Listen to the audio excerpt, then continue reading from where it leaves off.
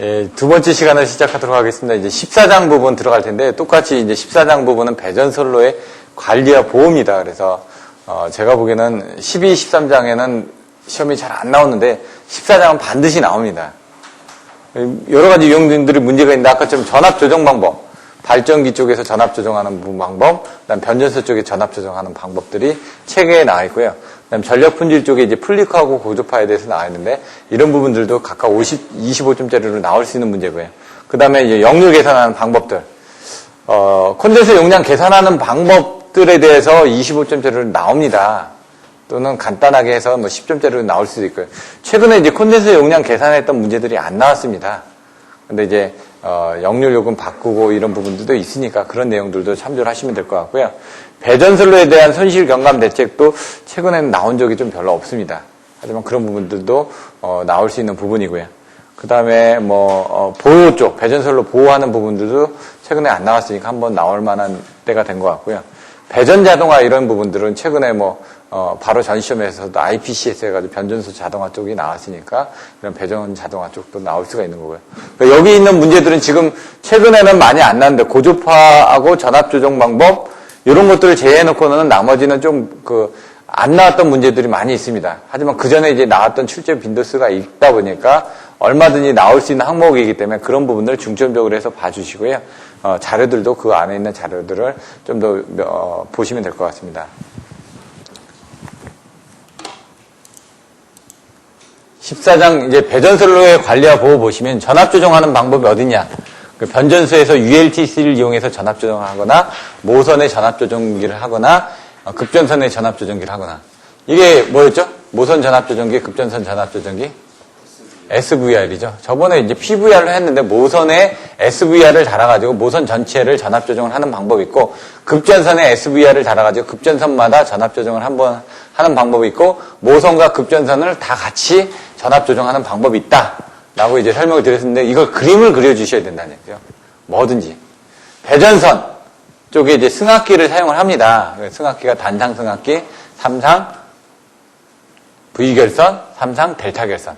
근데 단상 승합기 정도의 아까 1차측, 2차측 전압이 어떻게 승합이 되는 원리 정도만 알고 계시면 되는데 이 책에는 간단하게밖에 안 나와 있습니다. E1은 E0에 가로 열고 1 플러스 A분의 1이라는 수식 하나. 근데 이제 여러분들이 나중에 가서 보시면 단건 변압기로 가시면 똑같은 원리거든요, 원리는. 근데 거기는 I1하고 I2를 넣어가지고 그게 어떻게 되는지 내용들이 나옵니다. 그래서 자기용량, 부하용량, 자선 고부 해가지고 고유용량, 부하용량, 자기용량, 선로용량, 자선 고부로 저는 외웠습니다. 자기용량, 선로용량, 고유용량, 부하용량 이렇게 또 나옵니다. 나중에 단건 변압기에. 그런 것들을 이제 또 써주는 부분이 있는데 단건 변압기는 25점짜리로 나옵니다. 장점, 단점. 그거를 보기 위한 전추 단계라고 생각하시면 됩니다. 아까 이제 중간에 쉬는 시간에 물어보시는데 이 기본서에 있는 책에 있는 내용들이 잘 이해가 되지 않는다. 근데 이제 계산 문제 같은 게 이해가 안 되시는 부분들이 좀 너무 어렵게 설명되어 있다는 얘기죠. 여기 수식 같은 것도 어렵게 내용들이 나와 있는데 그 부분을 고지고대로 다 암기를 하실 필요는 없다는 얘기입니다. 이제 여러분들 서브노트에 보면 그것들을 이제 보기 좋게 요약을 해놨지 않습니까? 그 요약하는 걸 보기 위한 과정에서 이제 기본서를 설명을 드리는 거고요. 여러분들이 나중에 가게 되면 기본서를 보더라도 딱 눈에 띄는 것만 보입니다. 요게 답안지에 들어가는 내용. 나머지는 볼 필요 없습니다. 버리셔도 된다는 얘기죠. 그래서 이제 여러분들이 서브노트를 보실 수 있는 그런 과정으로 이제 설명을 드리는 거니까 흐름 정도만. 나머지는 여러분들 계속 서브노트를 반복해서 보시다 보면은 이해가 안 되는 부분이 있으면 그거를 이제 그걸 배우는 과정이라고 생각하시면 됩니다. 자동 전압 조정기 이런 것들은 AVR이니까 발전소 쪽에서 전압 조정하는 부분이 되겠죠. 콘덴서는 무해 전력을 이용해서 전압 조정하는 방법이 되겠죠. 역류 개선. 역류 개선에 이제 보시면 소남 요소를 했죠. 손실을 저감할 수가 있다. 전압 강화를 경감할 수 있다. 요금을 절감할 수 있다. 설비 용량에 대한 여유를 증가시킬 수 있다. 그것들이 이제 계산 문제로 나온다고 얘기했습니다. 전력 손실에 대한 대책, 전류 밀도의 감소와 편향. 이건 켈빈의 법칙이라고 또 나옵니다. 콘덴서를 설치했다. 그러면 전압을 올려줬다는 얘기죠. 결국은 무해 전력을 보상을 해줬다는 얘기도 되고요. 배전 전압을 승합을 했다. 아까 이렇게 보시면은 여기는 그림이 이렇게 나오겠죠. 이렇게 떨어지는데, 이렇게 떨어지는 거 어떻게 된다? 중간에 한 번 더 승합을 해서 이렇게 떨어뜨려서 우리가 원하는 정확한 전압이 나올 수 있게끔 해줬다. 이런 내용으로 이제 표현을 해주라는 얘기입니다. 다른 방법으로.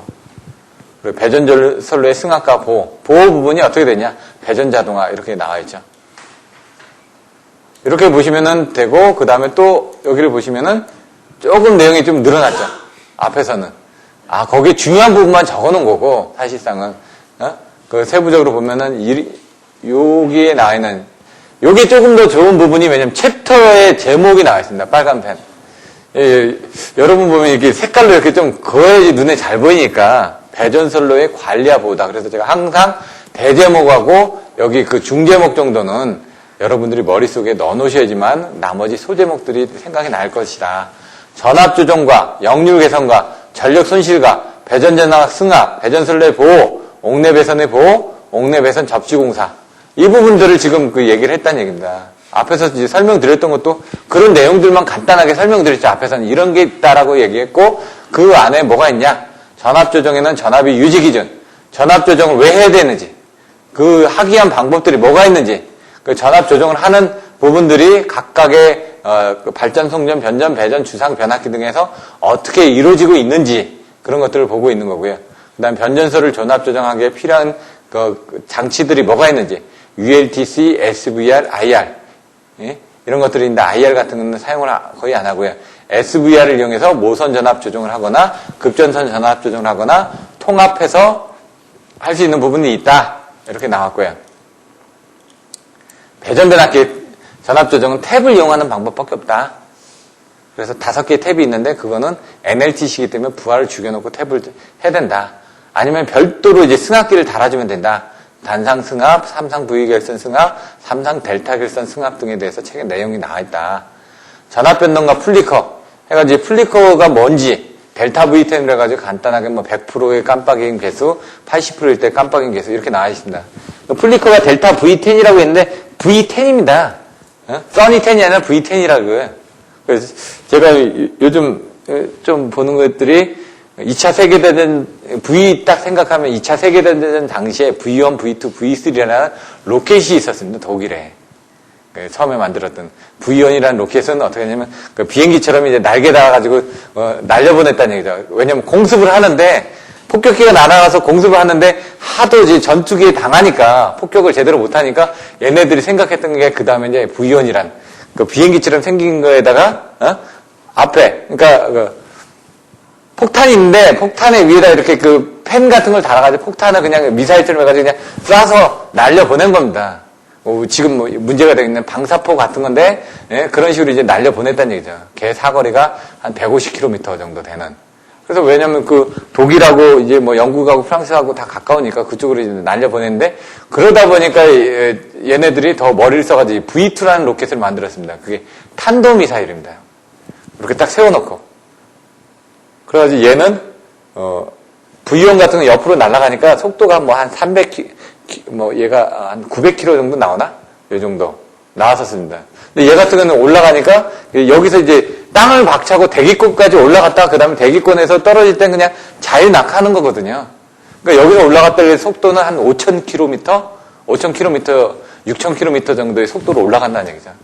그러니까 그 정도면 어떻게 될까요? 뭐 대륙간 탄도미사일 같은 경우 얘기하는데 북한에서 대륙간 탄도미사일 쏘면은 걔네들 한 8,000km, 뭐 9,000km의 속도로 날아갈 거거든요. 그럼 1시간이면 떨어진다는 얘기입니다. 1시간이면. 뭐 웬만한데.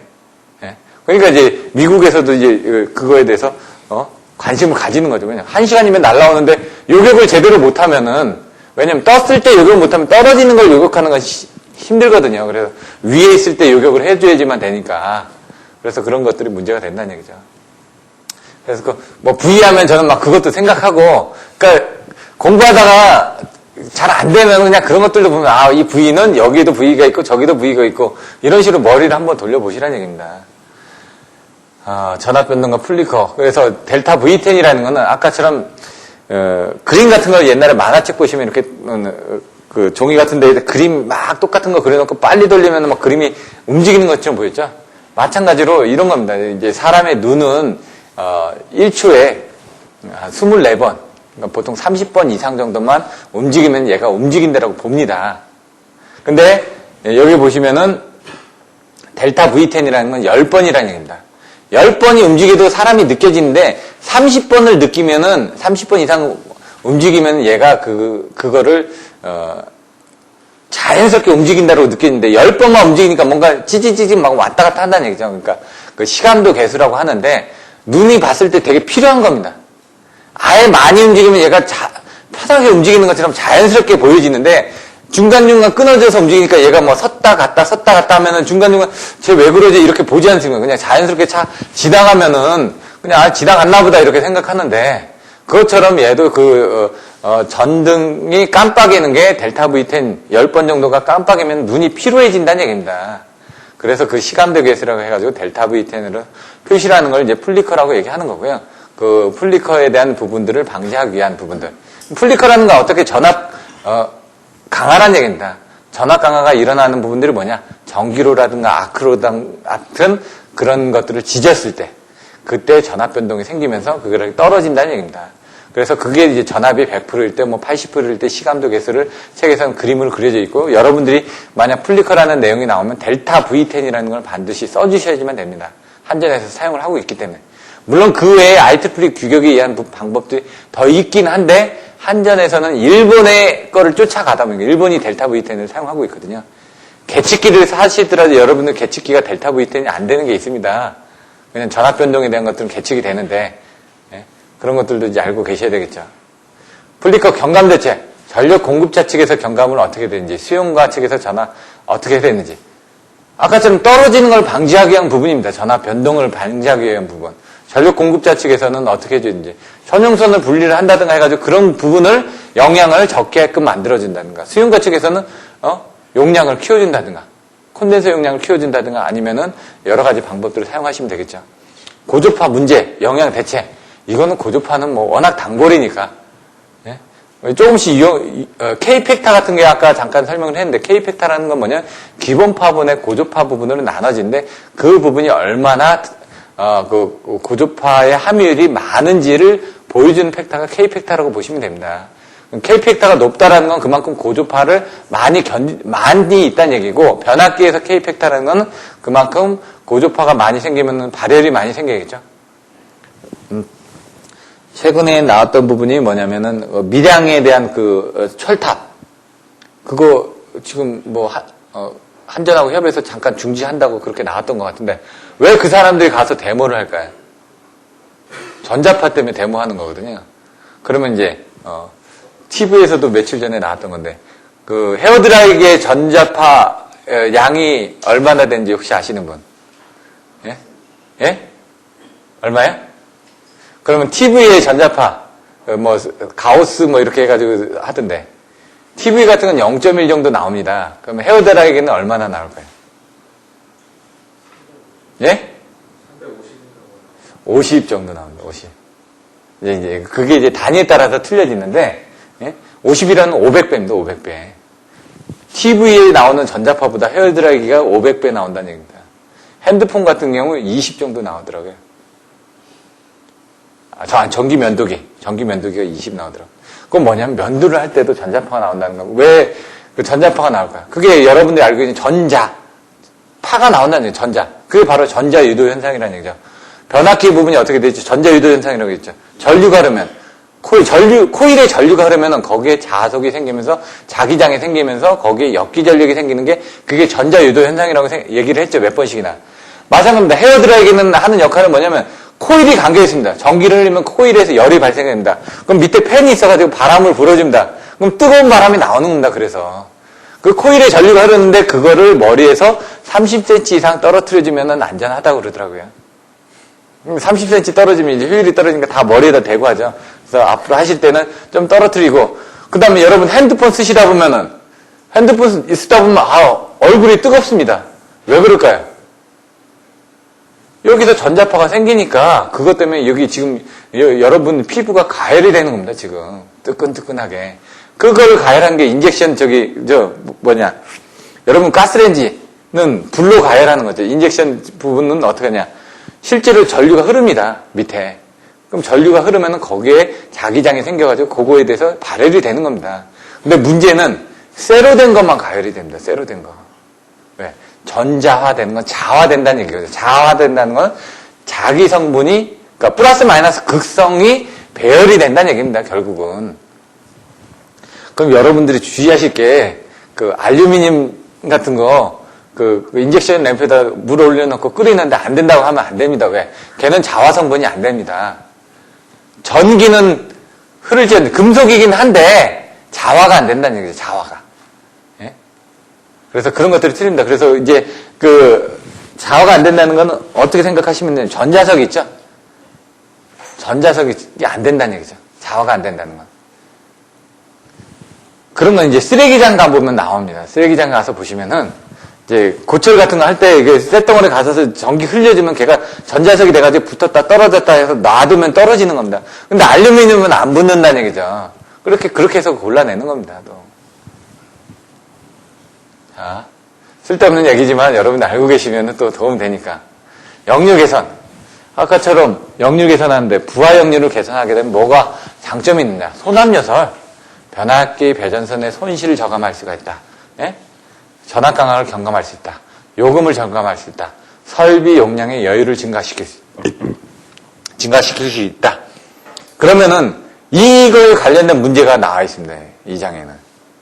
그거 각각의 문제가 나왔으니까 그 내용들을 여러분들이 이해를 하실 수가 있습니다. 이제 콘덴서 용량을 표시하는데 용량을 kVAR로 표시를 해야 되는데 여기 책에서는 그냥 kVA로 해놨습니다. 무효전력을 그냥 콘덴서 용량을 kVA로. 좀 헷갈리는데 여러분들 그거는 kVAR이라고 무효전력이니까. 근데 이제 표시를 다 그 kVA를 하다 보니까 근데 이제 개념을 kVAR로 여러분들 알고 계시지만 좀 혼동이 되지는 않습니다. kVA는 이제 피상전력이죠. 근데 얘도 공급한다는 개념에서 kVA로 쓴 겁니다, 그냥. 델타 결선 시 접속 시, Y 결선 시 접속 시보다 3분의 1 용량으로 충분하다. 왜 충분한지 이따가 설명드릴 겁니다. 성간전압이나 상전압이나 이 차이죠. 델타 결선은 성간전압이나 상전압이 똑같습니다. 그래서 Q는 3CV 자승이라는 수식을 쓰는데 V값이 상전압도 V이기 때문에 3CV 자승에 대한 용량을 계산해 준다는 얘기입니다. 3CV 자승만 알고 계시면 됩니다. 근데 Y결선은 전압이 상전압은 루트 3분의 V가 들어간다는 얘기예요. 루트 3분의 V에다 가로 열고 자승하니까 루트 3분의 V니까 루트 3이 3이 되죠.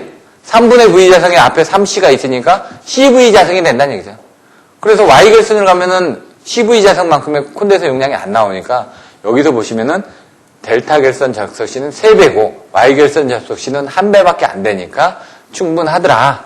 그래서 저압측의 콘덴서가 전부 다 델타 결선 하는 겁니다. Y결선은 안 해놓고 델타 결선 하면 용량을 3배를 키울 수 있는데 왜 Y결선 하냐 이거죠. 근데 왜 고압은 델타 결선을 안 하냐. 절연 때문에 그러는 거죠. 절연을 하기가 힘드니까. 왜? 상전압도 성간전압을 견디게끔 만들어줘야 되니까. 튼튼하게 만들어줘야 된다는 얘기죠.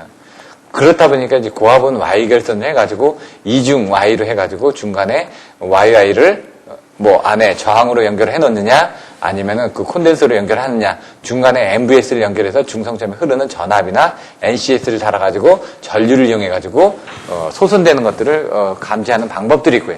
이런 것들도 이제 나중에 보시면은 그런 것들에 대한 보호 대책으로 콘덴서가 나오면 그런 것들도 그림 하나 그려주시면 된다는 얘기입니다.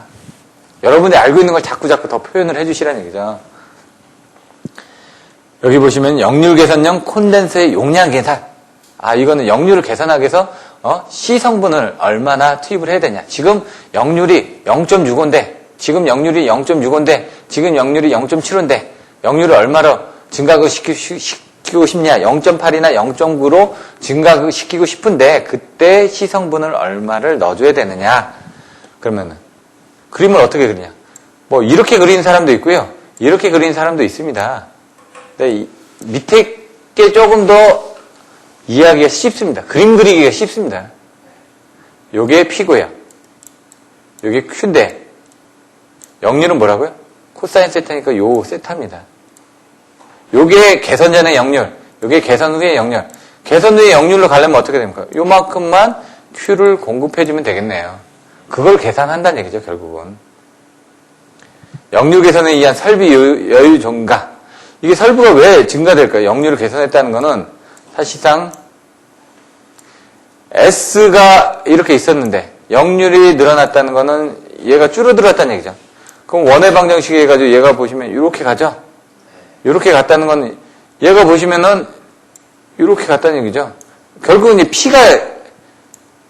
P가 S는 똑같은데 P가 요만큼 증가된 부분이 된다. 왜? 여기서 이렇게 나타나는 이런 부분에서 Q를 요만큼 올려줬기 때문에 Q를 올려준 부분은 요만큼이 되는 겁니다. 왜? 요게 요쪽으로 갔을 때 이렇게 올려준 것만큼이 되니까. 그래서 나중에 보시면 요게 W1, 요거 W0, 요건 뭐 P, P1, P0 이렇게 나옵니다. 용어들이. 그거 이제 보실 때 요만큼을 이제 계산할 때 뭐로 계산해야 되고 요만큼을 뭐로 계산해야 되고 탄델트 제타 제로 이렇게 해가지고 계산하는 수식인데 그거 자세히 보시면 됩니다. 어려운 게 아니거든요. 문제를 풀 때는 반드시 앞에 이론적인 부분을 다 이해를 하시면 문제는 그냥 풀립니다. 그 수식을 갖다가 그대로 푸는 게 문제니까. 근데 왜 그 수식이 나왔는지를 앞에서 여러분들이 이해를 해 주셔야지만 됩니다. 역류 개선에 의한 전압 강화, 경감. 이렇게 했더니 그거는 이제 전압 강화는 2는 루트 3 VI죠. 그 수식을 이용해서 계산하는 겁니다. 그 I 값이 들어가가지고 계산이 되면서 전압 강화가 얼마나 경감이 됐다. 그때는 RX, 예? R 곱하기 코사인 세타, X 곱하기 사인 세타. 이게 단거리 선로라는 얘기죠. 여러분들이 보시면 이게 단거리 송전술의 전압 강화가 뭐라고요? 이거였죠. 요게 전압 강화입니다. 요 전압 강화. 요 전압 강화 계산하는 수식이 어떻게 됐죠? 여기에다가 요거 더하기. 예? 요게 밑에 측이 되는 거. 요 앞에 부분이 되는 거. 여기 부분을 올려줘야 되는데 여기 부분은 요 전체에서 요걸 빼주면 된다. 아까하고 비슷한 개념이죠. 그렇게 해주면 되는데 여기서 플러스 제2성분이 있었는데 여기 부분은 없어지고 그냥 이 앞생만 본 것처럼 얘도 그런 수식으로 가서 계산하는 겁니다.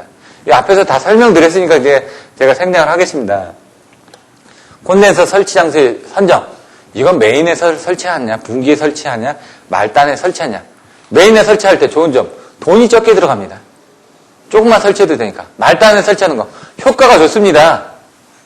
근데 이제 여러 개소에 설치해야 되고 얘가 꺼졌을 때는 또 자동으로 꺼지게끔 한다든가 이렇게 해줘야 되겠죠. 전동기 기동할 때 하나하나씩 다 달아놓으면 역률이라든가 이런 것도 보상해주니까 좋습니다. 근데 이제 전동기가 꺼져도 콘덴서는 투입이 돼 있으니까 항상 그럴 때는 전동기 기동 시 마그네틱 코일이 하고 같이 이제 투입되게끔 한다든가 그런 식으로 해주시면 되죠. 이제 도립전류를 제한하기 위한 부분들이라든가 이런 것들도 좀 필요하고요. 전력 손실에서 보시면은 여러분들이 이제 앞에서도 옴손실 나왔죠? 여기서는 이제 손실에 대한 것들을 배웠으니까 이거 대책을 이제 물어보는 겁니다.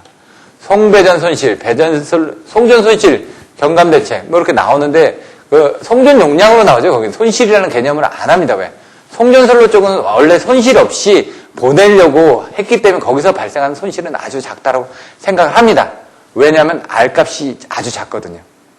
근데 배전선로는 어떻게 되니까? R값이 크거든요. 그러니까 전압 강화가 크다는 얘기입니다. E는 VIR에서, E는 IR에서. R값이 크다 보니까 전압 강화가 크니까 손실이 커지니까 그 전압 강화를 줄여주기 위해서 아까처럼 저항 부분을 크게 한다든가 이렇게 하는 거죠. 그래서 배전선로에 대한 손실 경감 대책은 전류 밀도의 감소와 편형, 전류 밀도라는 부분들을 이제 어떻게 맞춰주냐. 그게 아까 저항에 따라서 전류 밀도가 틀려지거든요. 이때 표피 효과라든가 이런 근접 효과라든가 이런 부분들도 나올 수도 있겠죠. 그다음에 전력용 콘덴서를 설치한다. 아까 얘기한 것처럼 무효 전력을 공급을 해줌으로 인해 가지고 실질적으로 그 선로 안에 우리들의 수용가에 보시면은 여기 모터가 돌아가기 위해서는 P하고 Q가 필요합니다. 이런 선로를 통해서 보내는데 콘덴서를 여기다 달았다. 그럼 나는 이 전체를 다 P를 다 보내줘도 되죠. 근데 여기 콘덴서가 없다. 그럼 여기서 봤을 때는 요만큼을 P로 보내줘야 되고 요만큼을 Q로 보내줘야 될 거 아닙니까? 케이블 안에. 그럼 P가 많이 못 갈 거 아닙니까? 많이 못 가는 공간에 똑같은 일정한 P가 가면 어떻게 되죠? 교통량이 밀리는 거하고 똑같죠? 차선이 4개 있다가 하나 줄여보십시오. 차가 안 밀리나? 밀리죠? 열받죠? 그거하고 똑같다는 얘기입니다. 그래서 그 콘덴서를 말단에다 달아주면 이 Q 성분을 안 보내줘도 되니까 이 전체를 P로 다 채워주니까 원활하게 동작하고 거기에 대해서 손실도 줄어들게 되고 발열도 줄어들게 되고 이용률도 향상하게 되고 이런 부분들이 나오는 거죠. 콘덴서는 그런 개념으로 보시면 됩니다. 고압 선로 노측에 대한 대책. 아까처럼 선로를 뭐 분리를 한다든가 이런 식으로 가는 거죠. 왜? 차 밀리면 우회해서 가면 되지 않습니까? 저압 선로의 대책. 또 마찬가지겠죠. 내용들 보시면 되고. 배전전압의 승합. 국도가 막히면 고속도로 가면 된다는 얘기죠, 지금. 그렇게 이해하시면 된다는 얘기입니다. 교통하고 생각해서 막 보시라는 얘기입니다. 그러면, 생각하다, 저번에 그 교통 얘기 들었는데, 그러면은 그거 보고 그냥 막 생각해서 나오는 겁니다. 왜냐면, 시험장에서 생각이 안 납니다. 그러면은, 이거는 생각 안 나도 다른 거는 생각날 수가 있거든요. 그때 그걸 이거로 비유했으니까, 그걸 한번 써보자 하고 나면은 써주실 수가 있다는 얘기입니다. 배전전압 승합했을 때 공급 용량이 증대가 된다. 전력 손실이 감소가 된다. 전압 강화율을 개선할 수 있다. 지중 배선 방식의 채택이 용이할 수가 있다. 고압 배전선 연장을 감소시킬 수 있다. 전압이 올라갔다는 건 앞에서도 배웠죠.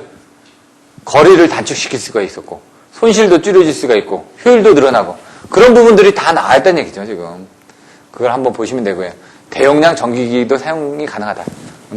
690V, 600V에서는 10대를 사용해야 되는데 6600kV를 사면 한 대만 쓰면 되겠죠.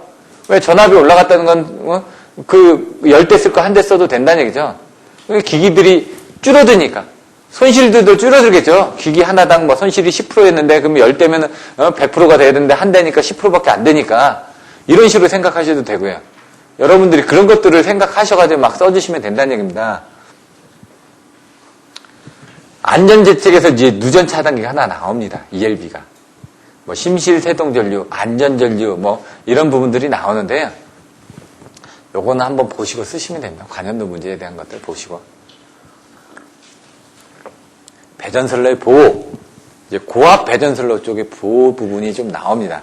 저압 배전선로 쪽에서는 캐스케이딩이라든가 디스크리미네이션 이런 부분들도 나올 수가 있는데 앞에서 캐스케이딩 장애 말씀드렸죠?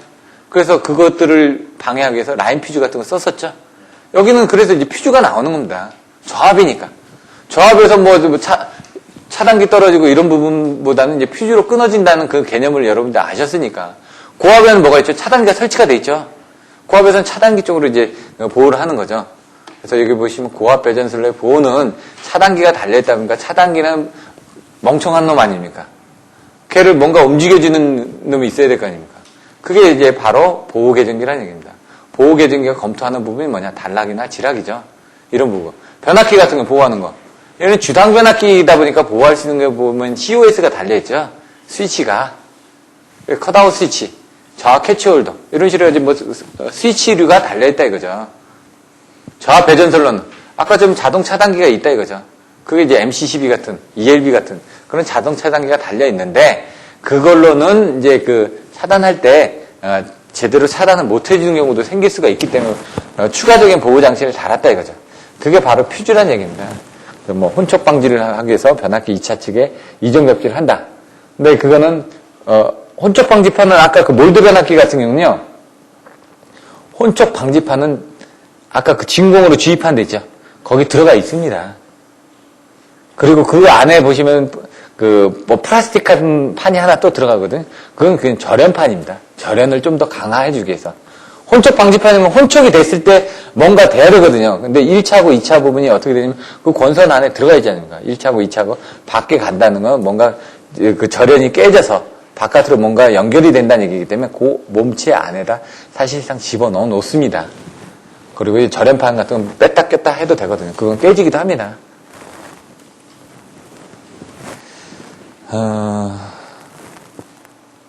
접지보. 이거는 이제 좀 애매한데 이 뒤에 이제 옥내 배선에 접지 공사가 있으니까 그 부분에서 좀 보시면 될 것 같고요.